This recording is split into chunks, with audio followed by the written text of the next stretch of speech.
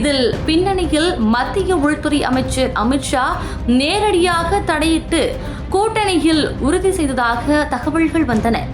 அத்துடன் பாஜக 50க்கும் மேற்பட்ட சட்டமன்ற தொகுதிகளை கோரும் நிலையில் எடப்பாடி பழனிசாமி 20 தொகுதிகளுக்கு மேல் தர முடியாது என தெரிவித்ததாக கூறப்படுகிறது.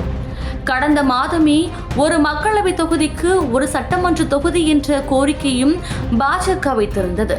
குறிப்பாக கோவை, கன்னியாகுமரி, சென்னை போன்ற பகுதிகளில் கூடுதல் சீட்டுகள் வேண்டும் எனவும் கேட்டதாக தகவல் வெளியாகியிருக்கிறது.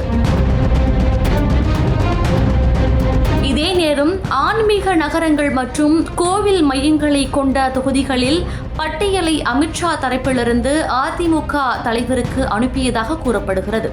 அந்த பட்டியலில் பெரும்பாலானவை இதுவரை அதிமுக வலுவாக இருந்த தொகுதிகள் என்பதால் அதிமுக தரப்பு அதிர்ச்சி அடைந்துள்ளதாக கூறப்படுகிறது.